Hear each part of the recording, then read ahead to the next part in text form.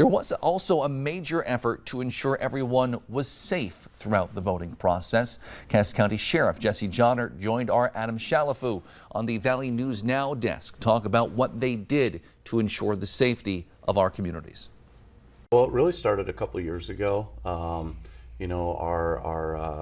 county auditor, our finance director, those that are in charge of running the elections, were receiving some information back from the election workers that at different times they felt threatened in different types of situations. And so they really approached our office at that point and asked if there was any sort of training that we could do, that we could give the election workers to make them feel more comfortable.